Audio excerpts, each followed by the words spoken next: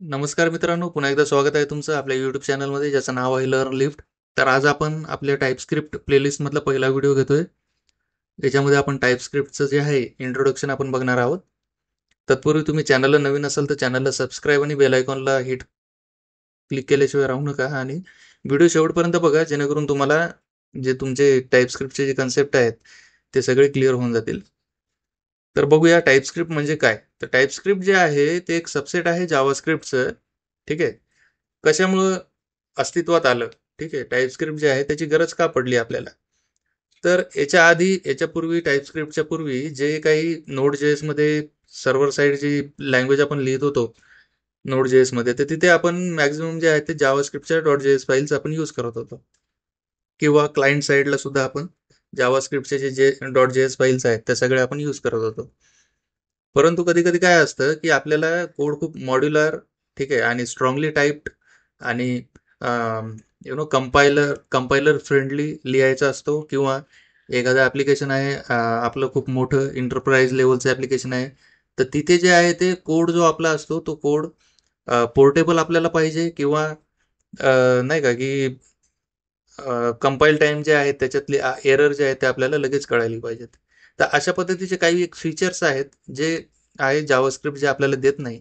आपण कधीही जावास्क्रिप्टचा कोड लिहिला तर कुठे जर आपण मिस्टेक केली लिहिताना, तर त्यावेळेस ते आपल्याला काही मिस्टेक देत नाही.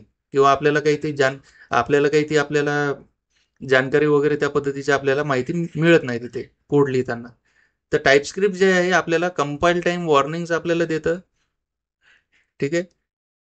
आणि स्केलेबल जे ॲप्लिकेशन्स असतात, मोर स्केलेबल म्हणजेच इझिली आपण एखादं एक्झिस्टिंग फीचर जे आहे आपल्याला वाढवायचं आहे किंवा नवीन जे फीचर आहे ते आपल्याला ॲड करायचं आहे, तर टाईपस्क्रिप्टमध्ये जर कोड आपण लिहिलेला असेल तर तो फार इझिली तिथं आपल्याला जे काही आपलं ॲप्लिकेशन आहे एक्झिस्टिंग ॲप्लिकेशन त्याला अपडेट करणं फार इझिली होतं. ठीक आहे. आणि त्याच्यानंतर कंपाईल टाईम एरर तर आहेतच, बरोबर आहे. त्याच्यानंतर स्ट्रॉंगली टाईप्ड आहे. आणि त्याच्यानंतर इंटरफेसेस वगैरे हे प्रोव्हाइड करतं आपल्याला. टाईपस्क्रिप्ट जे आहे ते इंटरफेसेस आपल्याला प्रोव्हाइड करतं. त्याच्यानंतर क्लासेस प्रोव्हाइड करतं, कन्स्ट्रक्टर आहेत. ठीक आहे. आणि कोड जो आहे तो जास्त आपण मोर रिडेबल फॉर्मॅटमध्ये कोड आपण लिहू शकतो. ठीक आहे. आणि ऑब्जेक्ट ओरिएंटेड फॉर्मॅटमध्ये आपण जो आहे आपला कोड तो लिहू शकतो. त्याच्यामुळे काय होतं की कोड जो आहे तो खूप चांगल्या पद्धतीने लिहिला जातो आणि कोड जो आहे तो मॉड्युलर होतो, इझिली एक्सटेंडेबल होतो. ठीक आहे. कारण आपल्याकडे आपण जेवढे काही टेबल्स आहेत डेटाबेसमध्ये, ठीक आहे, जेवढे काही जसे काही टेबल्स आहेत त्या पर्टिक्युलर टेबलचा एक मॉडेल आपण ॲज अन इंटरफेस म्हणून आपण बनवून ठेवू शकतो. जसा एखादा कॉलम त्या टेबलमध्ये ॲड झाला तर तसंच एखादी प्रॉपर्टी आपण इथे त्या इंटरफेसमध्ये ॲड करू शकतो. आणि स्ट्रॉंगली टाईप्ड आहे. जेव्हा तुम्ही एपीआयला कॉल करता तर एपीआय मधनं जो जो काही रिस्पॉन्स येणार आहे तो कोणत्या टाईपचा रिस्पॉन्स असणार आहे, तर त्या एपीआयच्या रिस्पॉन्सला सुद्धा आपण इथे टाईप देऊ शकतो जेणेकरून कोणत्याही प्रकारचं इथं मिसहँडलिंग आपल्याकडनं होणार नाही डेटाचं. ठीक आहे. तर त्या पद्धतीचे आपण टाईपस्क्रिप्टचा यूज करू शकतो. आणि टाईपस्क्रिप्ट जे आहे ते ॲट द एंड जावास्क्रिप्टच आहे मित्रांनो. ठीक आहे. फक्त काय ते आपल्याला आपल्याला एक लेयर देतं किंवा आपल्याला एक फ्री हँड देतं की तुम्ही ऑब्जेक्ट ओरिएंटेडचे जे फीचर्स आहेत ते वापरून तुम्ही तुमचा कोड जो आहे तो मेंटेन करू शकता. ठीक आहे. कोड लिहिण्यापुरतं. आणि जेव्हा आपण कोडला आपल्या बिल्ड करू तेव्हा टाईपस्क्रिप्ट कंपायलर काय करतं, त्या पूर्ण जेवढे काही फाईल्स आहेत, फोल्डर्स मधल्या जेवढ्या काही फाईल्स आहेत त्या सगळ्या फाईल्सला घेऊन तो जेव्हा बंडल करतो किंवा बिल्ड करतो ॲप्लिकेशन, तेव्हा सगळ्याच फाईल जे आहेत ते डॉट जेएस मध्ये कन्वर्ट करतो. ठीक आहे. तर टाईपस्क्रिप्ट हे डेव्हलप झाले फक्त डेव्हलपरच्या ईजसाठी, डेव्हलपरच्या गरजेनुसार, आणि डेव्हलपरला फ्री हँड मिळावा. जसं आपण सी शार्पची कोडिंग करतो किंवा जावाची कोडिंग करतो. ठीक आहे. त्याच्यामध्ये कसं आपण वेगवेगळे क्लासेस असतात, इंटरफेसेस असतात. ठीक आहे. किंवा मॉडेल्स आपण नाही का लिहून ठेवतो. तर त्या पद्धतीचे एक एन्व्हायरमेंट फ्रंट एंड डेव्हलपरला सुद्धा किंवा बॅक एंड डेव्हलपर जेव्हा फ्रंट एंड मध्ये स्विच करतो तर तेव्हा त्याला सुद्धा मिळायला पाहिजे. त्याच्यामुळे हे जे टाईपस्क्रिप्ट जे आहे ते इंट्रोड्यूस केलेलं आहे. ठीक आहे. त्या टाईपस्क्रिप्टची जी config dot TS config dot JSON म्हणून एक फाईल असते, त्याच्यामध्ये सगळ्या कन्फिगरेशन्स आपण टाईपस्क्रिप्टच्या लिहित असतो. ठीक आहे. ते सुद्धा मी तुम्हाला येणाऱ्या व्हिडिओमध्ये सांगणार आहे कोणत्या पद्धतीने त्याचे काय काय ऑप्शन्स असतात. आणि प्रत्येक ऑप्शनचा मिनिंग काय आहे, ते कशासाठी वापरतात, सगळंच मी तुम्हाला सांगणार आहे. या व्हिडिओमध्ये आता आपण बघूयात इन्व्हायरमेंट सेटअप आपण कोणत्या पद्धतीने करू शकतो ते. इन्व्हायरमेंट सेटअप करण्यासाठी तुम्हाला जावं लागणार आहे ब्राउझरला आणि इथे जाऊन तुम्हाला Node.js जे आहे ते सर्च करावं लागणार आहे. तर Node.js मी जेव्हा सर्च करेल तुम्हाला पहिली लिंक येईल, त्या लिंकवर तुम्हाला क्लिक करायचं आहे. या लिंकवर लगेच ओपन झाल्यानंतर इथे काही ऑप्शन्स आहेत. तुमची जी काही ऑपरेटिंग सिस्टीम आहे त्या ऑपरेटिंग सिस्टीम इथे तुम्हाला सिलेक्ट करायचं आहे आणि आर्किटेक्चर असतं प्रत्येक ऑपरेटिंग सिस्टीमचं, कोणत्या आर्किटेक्चरवर ती ऑपरेटिंग सिस्टीम रन करते. 64 बीट आहे, 86 बीट आहे. तर तुमचं जे विंडोज आहे मोस्टली जे आहे ते 64 बीटवरच असतात. तर इथे 64 बीट आणि विंडोज सिलेक्ट करून तुम्ही विंडोजचं जे इन्स्टॉलर आहे ते तुम्ही विंडोजसाठी जे इन्स्टॉलर आहे ते तुम्ही डाउनलोड इथे करू शकता. तर एकदा हे डाउनलोड झालं, सिम्पल स्टेप आहेत, सिम्पल स्टेप तुम्ही रन करून त्याला इन्स्टॉल करू शकता. त्याच्यानंतर एकदा ते इन्स्टॉल झालं तुम्हाला NPM सुद्धा इन्स्टॉल करावं लागतं. मोस्टली काय असतं की जेव्हा तुम्ही Node.js डाउनलोड करता तर Node.js डाउनलोड केल्यानंतर NPM जे आहे ते ऑलरेडी डाउनलोड Node.js सोबत होतं. ठीक आहे. तर जेव्हा तुम्ही इथून Node.js ची जी MS आहे ते डाउनलोड करता, तुम्ही इथे पाहू शकता NPM जे आहे ते NPM सुद्धा इथे तुमचं डाउनलोड होऊन जाईल.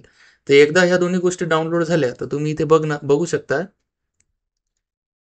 तुम्हाला व्हर्जन चेक करायचंय, तर व्हर्जन चेक करण्यासाठी तुम्हाला Node-v द्यायचंय. तर तुम्ही Node-v दिल्यानंतर इथे तुमचं जे नोड व्हर्जन आहे ते तुम्हाला इथे दिसेल इन्स्टॉल झालंय का नाही ते. त्याच्यानंतर आहे npm-version, तुम्हाला असं कमांड द्यावं लागते. कमांड दिल्यानंतर इथे जे आहे ते तुम्हाला व्हर्जन जे आहे ते तुम्हाला इथे दिसेल. व्हर्जन दिसलं म्हणजेच npm जे आहे ते ती इन्स्टॉल झालेले आहे. त्याच्यानंतर जी कमांड आहे टाईपस्क्रिप्ट इन्स्टॉल करण्यासाठी, तर तुम्हाला ही कमांड तिथे द्यायची आहे. npm install -g. इथे तुम्हाला सिम्पली टाईपस्क्रिप्ट अशा पद्धतीने लिहायचं आहे.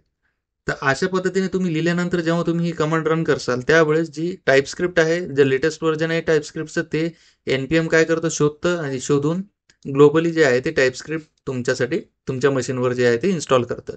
आणि ही कमांड झाल्यानंतर तुम्हाला टाईपस्क्रिप्टचं व्हर्जन बघावं लागणार आहे. तर टाईपस्क्रिप्टचं व्हर्जन बघण्यासाठी तुमच्याकडे कमांड आहे TSC व्हर्जन तुम्ही केलं. TSC म्हणजे शॉर्ट फॉर्म आहे टाईपस्क्रिप्टचा. तर TSC डॅश व्हर्जन केल्यानंतर तुम्हाला इथे व्हर्जन जे आहे ते टाईपस्क्रिप्टचं इथे मिळणार. 5.8.3 आहे लेटेस्ट व्हर्जन आहे. ठीक आहे. तर अशा पद्धतीने तुम्ही बघू शकता या तिन्ही गोष्टी तुमच्याकडे इन्स्टॉल झाल्यात का नाही. तर या तिन्ही गोष्टी तुमच्याकडे इन्स्टॉल झाल्यात हे कशावरनं लक्षात येईल, जेव्हा तुमच्या या कमांड सक्सेसफुली रन होतील, या तिन्ही कमांड. ठीक आहे. त्या कमांड सक्सेसफुली रन झाल्या. आता तुम्हाला काय करायचं आहे, एक विंडोजमध्ये फोल्डर बनवायचे. जसं आता मी इथे टाईपस्क्रिप्टचं एक फोल्डर बनवलेलं आहे. तर या फोल्डरला तुम्हाला व्हिज्युअल स्टुडिओ कोडमध्ये ओपन करायचं आहे. मी इथे ऑलरेडी ओपन केलं आहे, तुम्ही इथे पाहू शकता. टाईपस्क्रिप्ट नावाचं फोल्डर आहे. ठीक आहे.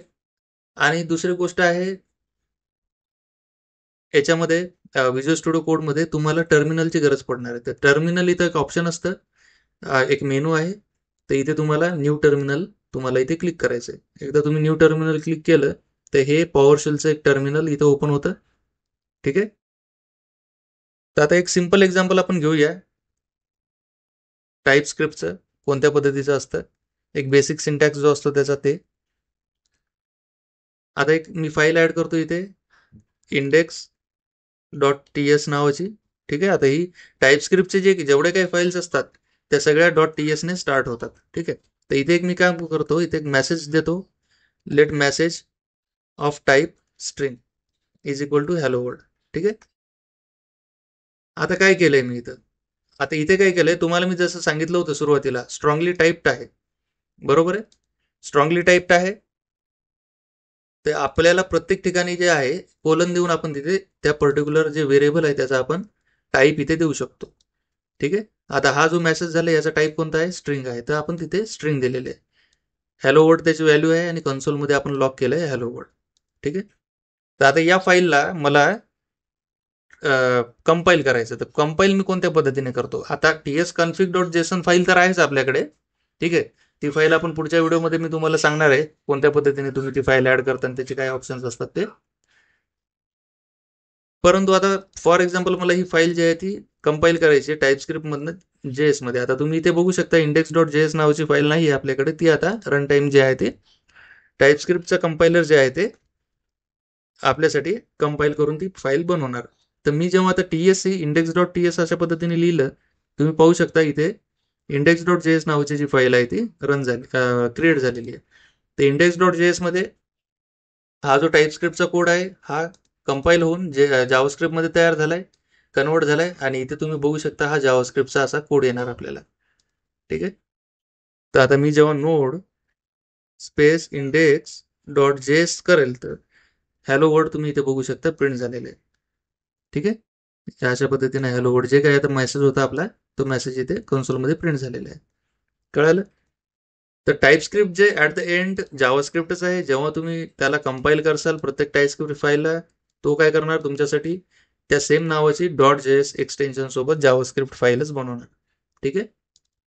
याचा स्ट्रिक्टली जो काही उपयोग आहे टाईपस्क्रिप्टचा, स्ट्रॉंग टायपिंगसाठी असतो, कोड मॉड्युलर करण्यासाठी असतो, ऑब्जेक्ट ओरिएंटेड पद्धतीने तुम्हाला कोड लिहिता येतो व्यवस्थितपणे. तुम्ही वेगवेगळ्या मॉडेल्स इथे तयार करून ठेवू शकता. मॉडेलला तुम्ही टाईप बनवू शकता, टाईप देऊ शकता, कोणत्या टाईपची मॉडेल आहे ती, इंटरफेसेस बनवू शकता. ठीक आहे.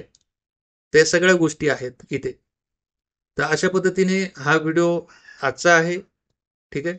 तर आज आपण काय काय शिकलो? आज आपण शिकलेलो आहोत टाईपस्क्रिप्ट म्हणजे काय, टाईपस्क्रिप्टचा एन्व्हायरमेंट सेटअप कोणत्या पद्धतीने आपण सेट करू शकतो. एक सिंपल एक्झाम्पल आपण पाहिलाय. टाईपस्क्रिप्ट फाईल .ts मध्ये आपण कोणत्या पद्धतीने कोड लिहितो आणि कंपाईल कोणत्या पद्धतीने आपण ती फाईल करतो आणि कंपाईल केल्यानंतर नेमकं टाईपस्क्रिप्ट त्या फाईलचं करतो काय, ते सुद्धा आपण पाहिलेलं आहे. आणि जावास्क्रिप्टच्या फाईल रन करण्यासाठी आपण वापरतो नोड. हे नोड आहे. नोड जे आहे ते आपल्यासाठी जी जावास्क्रिप्टची फाईल आहे ती रन करतं. ठीक आहे. तर अशा पद्धतीचं आहे. येणाऱ्या व्हिडिओमध्ये आपण बघूया टाईपस्क्रिप्टचे वेगवेगळे काही फीचर्स आहेत. सगळे फीचर आपण बघणार आहोत. जसं फॉर एक्झाम्पल इंटरफेसेस आहेत, एनोटेशन्स आहेत, टाईप्स आहेत, ऑपरेटर्स आहेत. ठीक आहे. भरपूर आहे, शिकणार आहोत आपण येणाऱ्या व्हिडिओमध्ये. तर तुम्ही अजूनही तुम्ही जर चॅनलला सबस्क्राईब केलं नसेल तर तुम्ही करू शकता, जेणेकरून तुम्हाला संपूर्ण जे नॉलेज आहे टाईपस्क्रिप्टचं ते तुम्हाला मिळायलाच पाहिजे आणि तुम्ही प्रॉपरली टाईपस्क्रिप्टमध्ये कोड करू शकाल याची मी तुम्हाला गॅरंटी देतो, तुम्ही जर व्यवस्थित फॉलो केलं आणि व्यवस्थित तुम्ही सगळे व्हिडिओ जर पाहिलेत तर. धन्यवाद मित्रांनो, भेटूया पुढच्या व्हिडिओमध्ये.